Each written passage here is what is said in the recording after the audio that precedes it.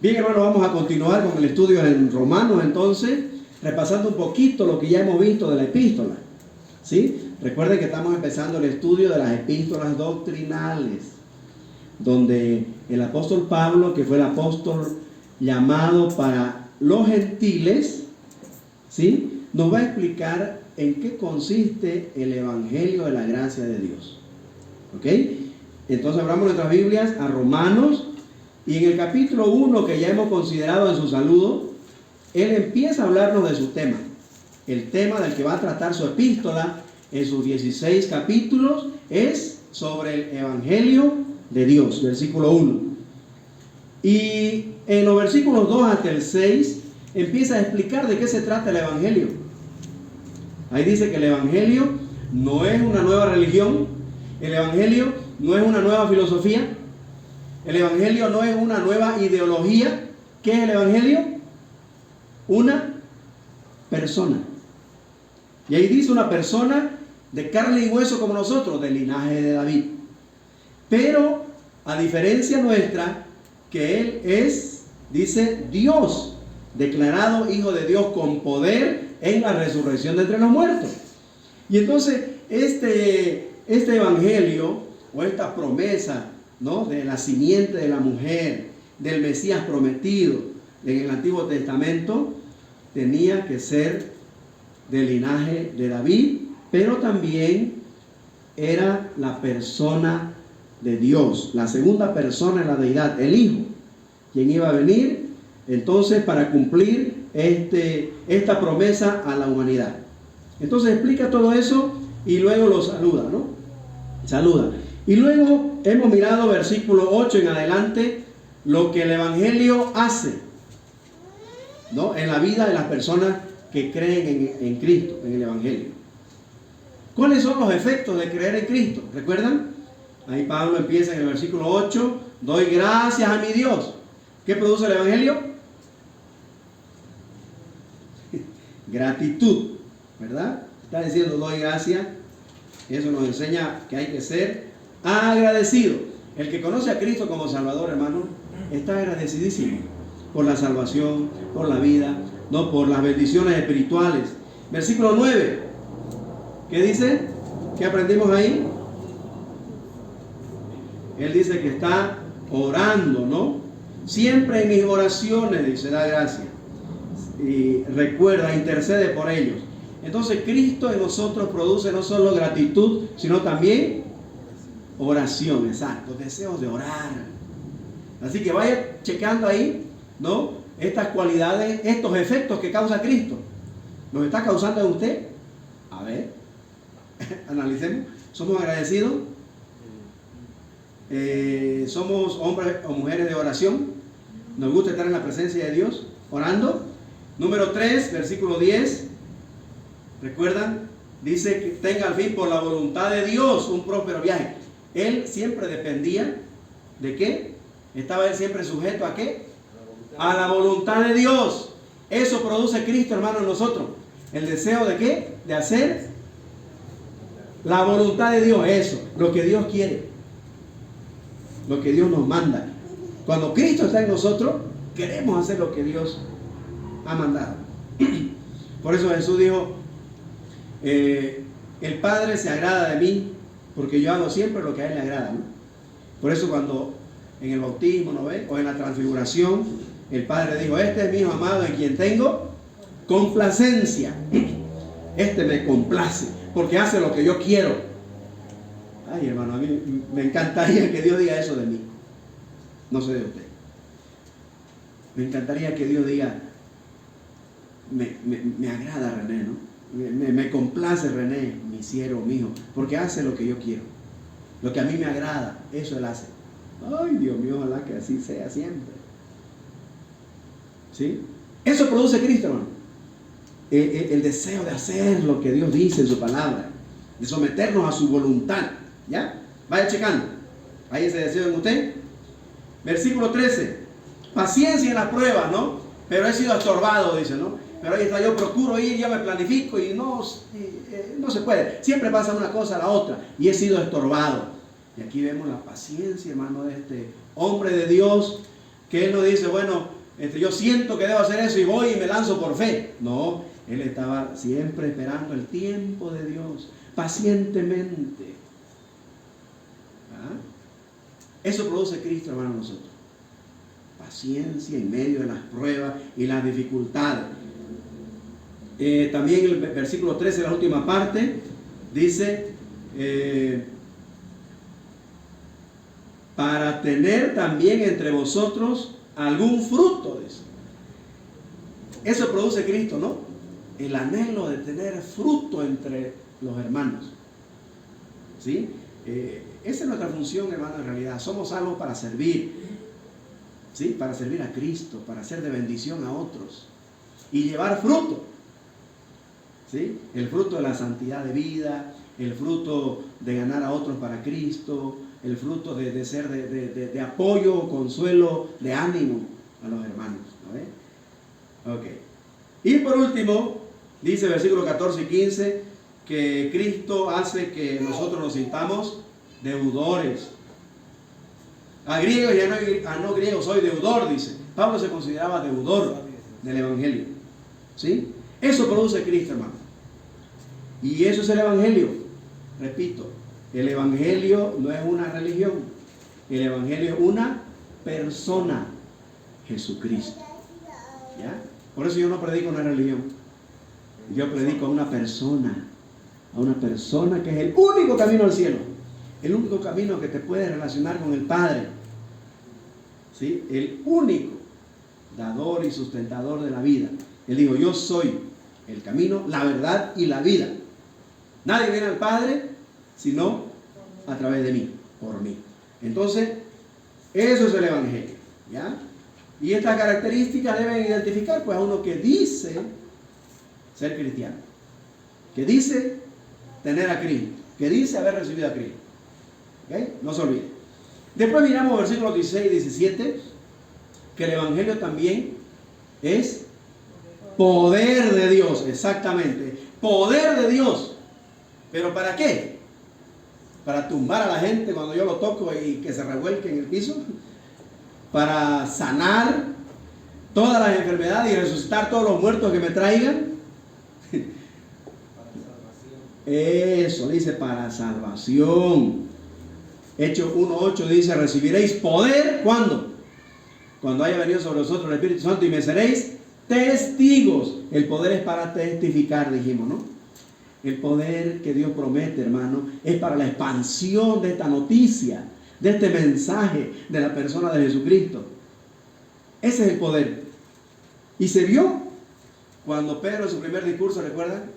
En Hechos 2, se levantó para explicar lo que había acontecido y se convirtieron 3,000 personas. Cuando sanaron a un cojo en la puerta del templo, también predicó y se convirtieron 5,000. Pedro, el que negó al Señor 3 veces, cobarde, pero ahora con el Espíritu, con Cristo en él, ya tenía él poder, pero para testificar, para predicar, para compartir la palabra y que la gente se convierta, hermano. Eso es principalmente el poder de Dios, es para salvación, hermano. No se olvide. Y eso debe motivarnos, hermano, a compartir lo que estamos aprendiendo. De eso se trata este estudio. Por lo menos hasta el capítulo 5 de Romanos es el Evangelio explicadito para que usted y yo lo entendamos y lo compartamos. ¿Ok? Muy bien. Vamos a seguir. Estuvimos mirando el último domingo. ¿Para quién es el Evangelio? Y aquí, versículo 18 hasta el final, describe a un tipo de persona.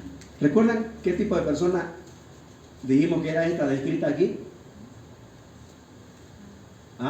Versículo 18 en adelante.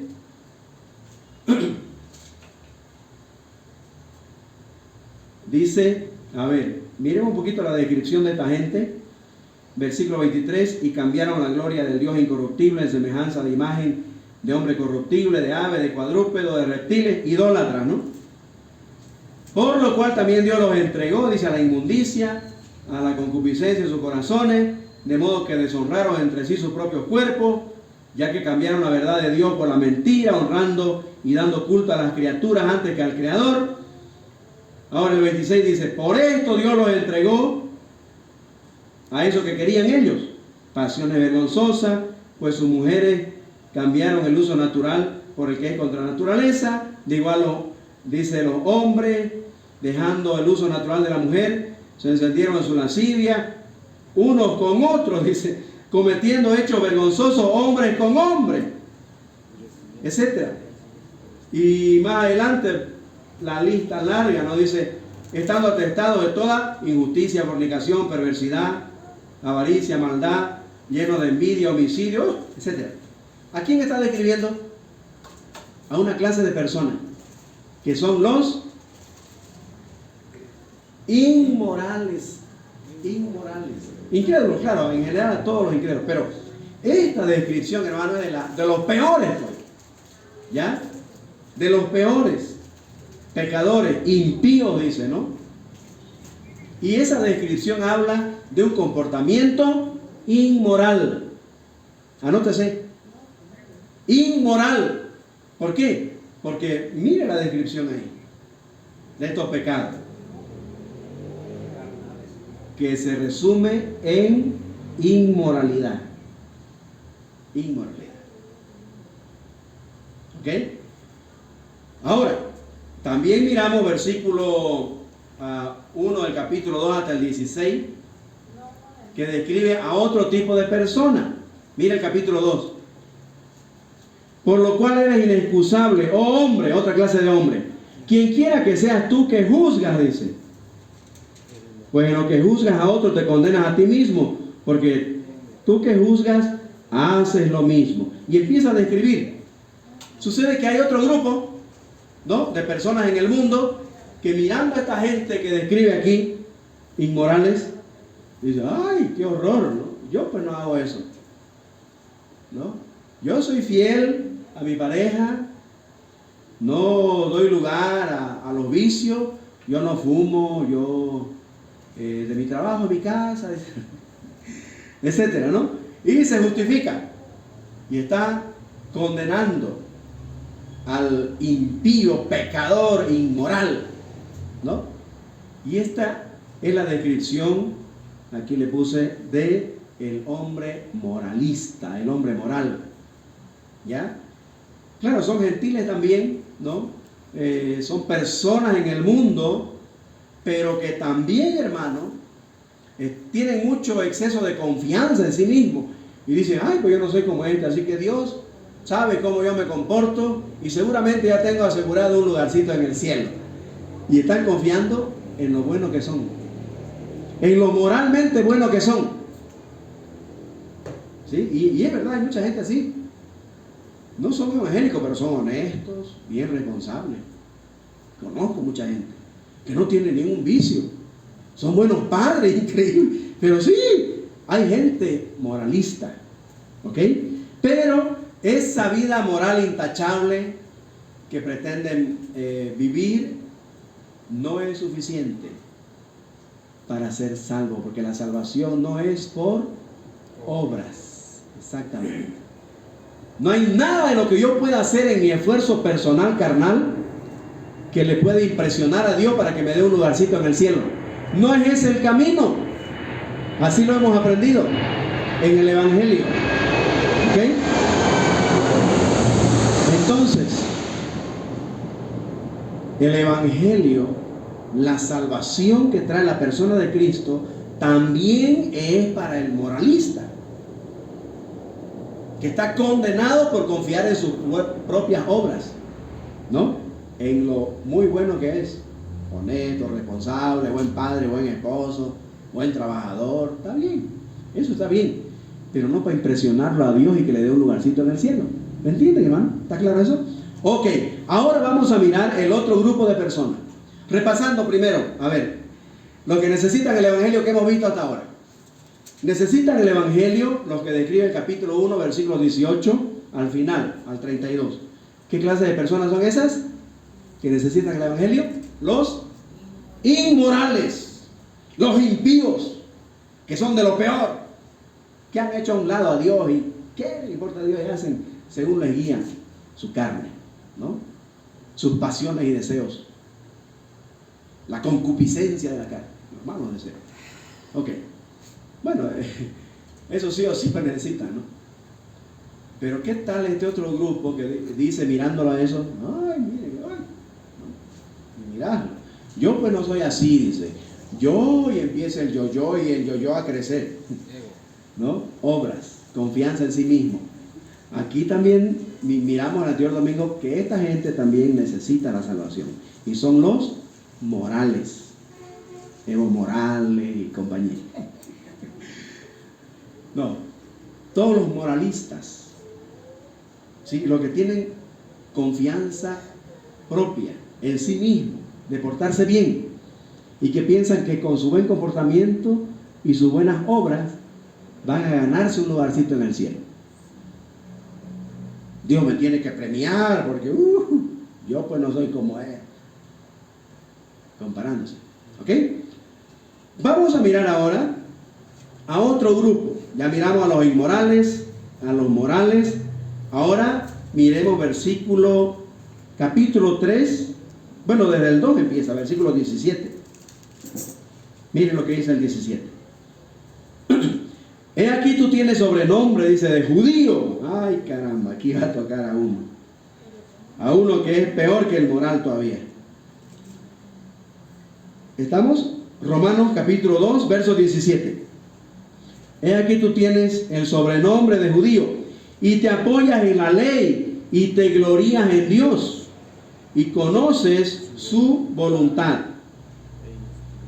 E instruido por la ley, apruebas lo mejor y confías en que eres guía de los ciegos. Mire esto: luz de los que están en tinieblas, instructor de los indoctos, maestro de niños, que tienes en la ley la forma de la ciencia y de la verdad. Mire qué descripción de este otro grupo. Y dice: tú pues que enseñas a otros con la ley de Dios, ¿no? Como todo judío, ¿no te enseñas a ti mismo? Tú que predicas, por ejemplo, que no se ha de hurtar, ¿hurtas? Tú que dices, por ejemplo, que no se ha de adulterar, ¿adulteras? Tú que abominas de los ídolos, ¿no? ¿Cometes sacrilegio? Tú que te jactas de la ley de Moisés, ¿no? Con infracción de la ley deshonras a Dios, porque como está escrito, el nombre de Dios es blasfemado, deshonrado entre los gentiles por causa de vosotros los judíos. Pues en verdad, dice, la circuncisión aprovecha si guardas la ley, si guardas la ley. Pero si eres transgresor de la ley, entonces tu circuncisión viene a ser incircuncisión. Si pues el incircunciso, por ejemplo, guardare las ordenanzas de la ley, el que no es circuncidado, no el gentil, ¿no será tenida su incircuncisión como circuncisión? Y el que físicamente es incircunciso, pero guarda perfectamente la ley, o sea, el que no ha sido circuncidado, pero guarda la ley, te condenará a ti, judío, que con la letra de la ley y con la circuncisión eres transgresor de la ley. Pues no es judío, esto en conclusión ya, pues no es judío el que lo es exteriormente, ni es la circuncisión la que se hace exteriormente en la carne, sino que es judío el que lo es en lo interior. Subraye eso, ese es el verdadero judío, el que lo es en lo interior. Y la circuncisión es la del corazón, en espíritu, no en letra. Entonces, la alabanza del que no viene de los hombres, la alabanza que no viene de los hombres, sino de Dios. Wow. Aquí, hermano, entramos a un terreno un poco escabroso, bien complicadito. ¿Por qué? Porque está describiendo a quién. A los, ¿quiénes? Judíos, está clarito ahí, no hay dónde perderse. Ahí no tiene que adivinar, ahí dice judío, habla de la ley, habla de la circuncisión, habla de todos los privilegios que tenía este pueblo. ¿Ok? Entonces, hermano, mire, Pablo quiere presentarnos claramente para quién es el evangelio. ¿Quiénes necesitan la salvación?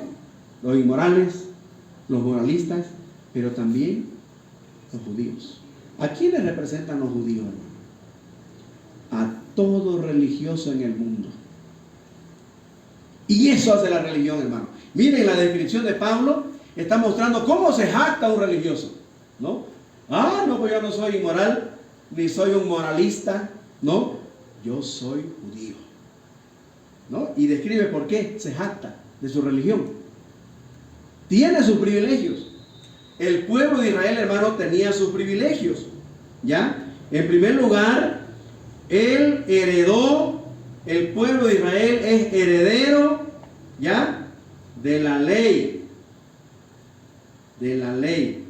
¿Sí? Miren cómo se jactan de la herencia de la ley. Dice, por ejemplo, tú tienes el sobrenombre de judío y te apoyas en la ley y te glorías en Dios, ¿no es cierto?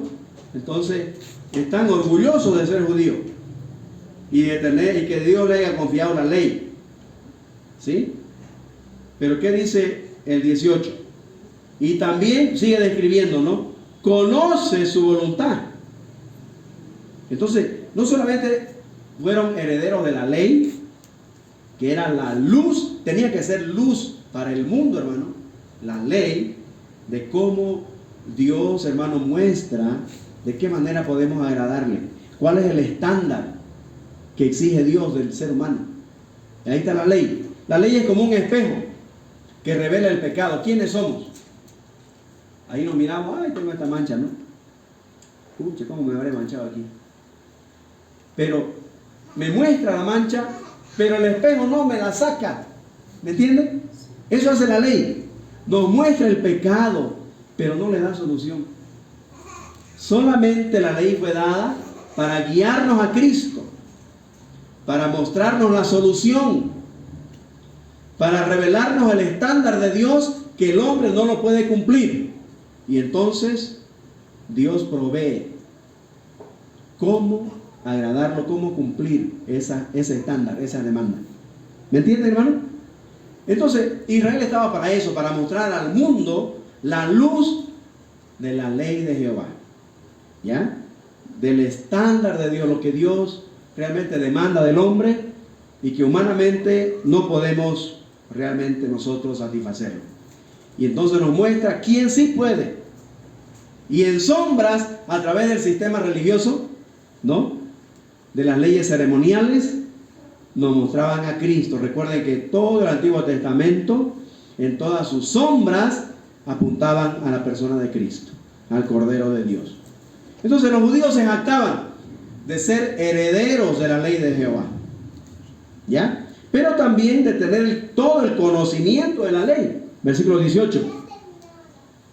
Y conoce su voluntad, e instruido por la ley, apruebas lo mejor y confías en que eres guía de los ciegos, luz de los que están en tinieblas, ¿no ves? Instructor, maestro, etc. Entonces tenían conocimiento. Y dice el 21, mire el 21. Leamos el 21 más. Tú pues que enseñas a otros, ¿no te enseñas a ti mismo? O sea,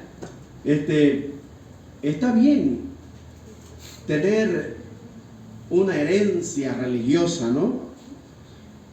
Bueno, aunque eso no asegura tu salvación, porque la salvación no es por herencia, pero tiene su ventaja. Hay algunos que se jactan de haber nacido en cuna cristiana, dicen, ¿no? Los hijos de pastores, los hijos de los ancianos, los diáconos, ¿no? Y hay algunos que se jactan, yo soy pues la tercera generación de cristianos en mi iglesia, ¿no? Mis abuelos, cuando llegaron los primeros misioneros, le ayudaron, ¿no?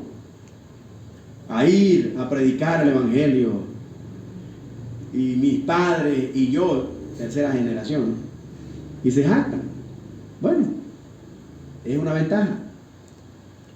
Pero la salvación no se hereda. Pero los judíos estaban convencidos de que por nacer nomás en Israel ya eran salvos, digamos, ¿no? Entonces tenían el conocimiento también, ¿no?, de la ley. Y hermano, no basta llenar la cabeza con versículos de la Biblia y, como dice el 21, nada en el corazón, nada que en su vida lo identifique, que realmente tiene la palabra en su vida, en su corazón, en su mente. Yo conozco, hermano, personas dentro de la religión evangélica que manejan así la Biblia, saben muchos versículos de memoria. En el club Oanza se memoriza un montón de versículos, y para ganar premios uno tiene que dar de memoria todos los versículos que ha aprendido. En cada lección hay versículos, y el que da todos los versículos hay competencia, y hay un premio mayor para el que sepa todos. Se llama el premio Timoteo, y el premio Timoteo lo obtenía en mi tiempo el que de memoria repetía la Biblia, todos los libros de la Biblia, los versículos de cada sección, etcétera, etcétera. Y yo he conocido a muchos premios Timoteo que no han sido renacidos, que después del premio y después de cumplir con el programa han seguido su vida, ¿no?, mundanal. Triste, ¿no? Así que no es garantía tener conocimiento y llenar la mente de conocimiento bíblico. Es bueno, pero no para la salvación. No para para impresionarlo a Dios tu conocimiento y que Él te dé un lugarcito en el cielo. ¿Me entienden?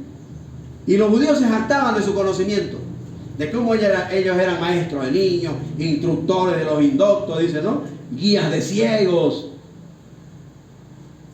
Conocimiento no tenían. Luego dice el versículo 26.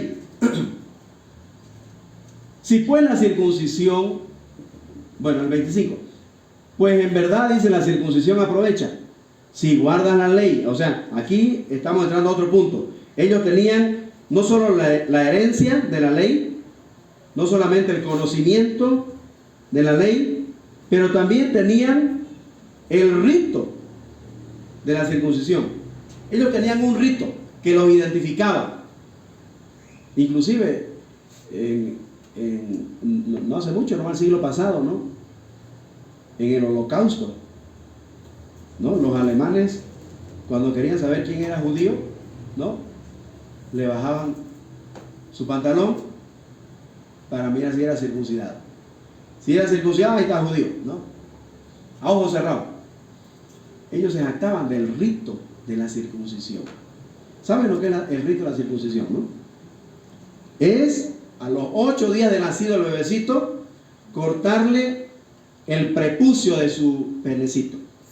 ¿No es cierto? Que el penecito ahí está y hay un cuerito que lo protege, ¿no? Y sale así, como 1 centímetro, 2 centímetros, ¿no? Ese cuero, esa es la cirugía. Esa es la circuncisión, hecha con mano en la carne.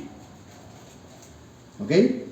Entonces todo judío que se jactaba de ser heredero de la ley, de tener el conocimiento para instruir a los indoctos, ¿no?, también se jactaban de tener el rito de la circuncisión, que era señal del pacto de Dios con ese pueblo. Era el pueblo de Dios, el pueblo terrenal. Bueno, es hasta ahora. Las promesas de Abraham aún están en pie. Bueno, pero eso es otro tema, ¿no? Pero se jactaban, hermano, se jactaban. Eran, en otras palabras, orgullosos, ¿no?, de heredar la ley de Moisés, de tener conocimiento de esa ley y de tener el rito que los identificaba como pueblo terrenal de Jehová, el pueblo terrenal de Dios. Entonces, encontramos aquí, hermanos, que su orgullo, ¿no?, era tener el rito del pacto de Dios con su pueblo. La forma de entrar a esta herencia, ¿no?, a través del pacto. Pero aquí Pablo nuevamente les echa en cara que eso no es suficiente y le dice: Si pues el incircunciso guardare las ordenanzas de la ley, bueno, el 25, pues en verdad la circuncisión aprovecha si guardas la ley. Pero si eres transgresor de la ley, tu circuncisión viene a ser incircuncisión, no sirve de nada. Y si pues el incircunciso, el gentil que no ha sido circuncidado, si éste guardare la ordenanza, por ejemplo, en la ley, ¿no será tenida su incircuncisión como circuncisión?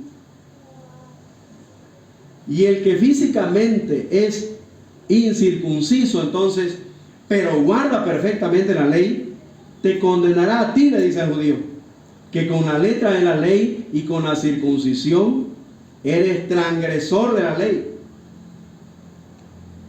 Ahora, para entender un poquito el tema que está tocando aquí Pablo, debemos saber, hermanos, que la circuncisión era un rito, pero que aunque era físicamente no hecha en la carne, era un símbolo, así como era prevención, pues, para infecciones, ¿no es cierto?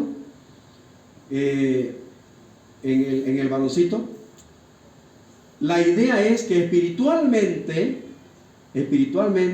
también el hombre necesita una circuncisión. La Biblia habla de circuncidar nuestros oídos, por ejemplo, quitar la inmundicia.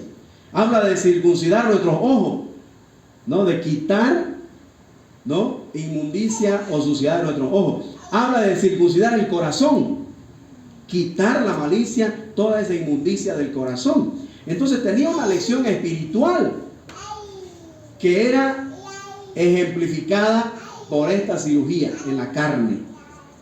¿Entienden? Es decir, la cirugía en la carne, que era preventiva, ¿no es cierto?, quitar lo que podría ser, lo que podría ocasionar infecciones, ¿no es cierto?, en el varoncito. Espiritualmente significa quitar toda infección, ¿no?, de nuestra carnalidad. En otras palabras, hacer morir la carne, crucificar la carne, ¿ya?, para dejar que la salud espiritual de Cristo en nosotros se manifieste en nuestra vida. ¿Ok? Esa es la figura. La circuncisión hecha con mano en la carne era figura de una circuncisión espiritual. La limpieza de la carne es una figura de una limpieza espiritual, una limpieza en el corazón. ¿Está bien? Ok. Entonces, dicho esto, aquí por ejemplo Pablo dice, ¿de qué te sirve, no, la circuncisión o mostrar que realmente tienes el pacto de Dios si no guardas la ley? Si no haces la voluntad de Dios, ¿de qué te sirve? Hermano, igualmente, ningún religioso que se jacte de sus ritos religiosos puede impresionarlo a Dios también para heredar la salvación o para tener un lugarcito en el cielo. Esa es la idea. ¿Está bien? Entonces, prácticamente el propósito de la circuncisión es ese, ¿no? Una marca externa que representa una cirugía interna de quitarnos el mal, de crucificar nuestra carne y permitir que la obra de Cristo se manifieste en nuestra vida trayendo salud. ¿Ok? ¿Está bien? Ok. Entonces, en la conclusión habla ya de que, bueno, es judío verdaderamente el que realmente es circuncidado espiritualmente. Entonces va a abordar ese tema ahora.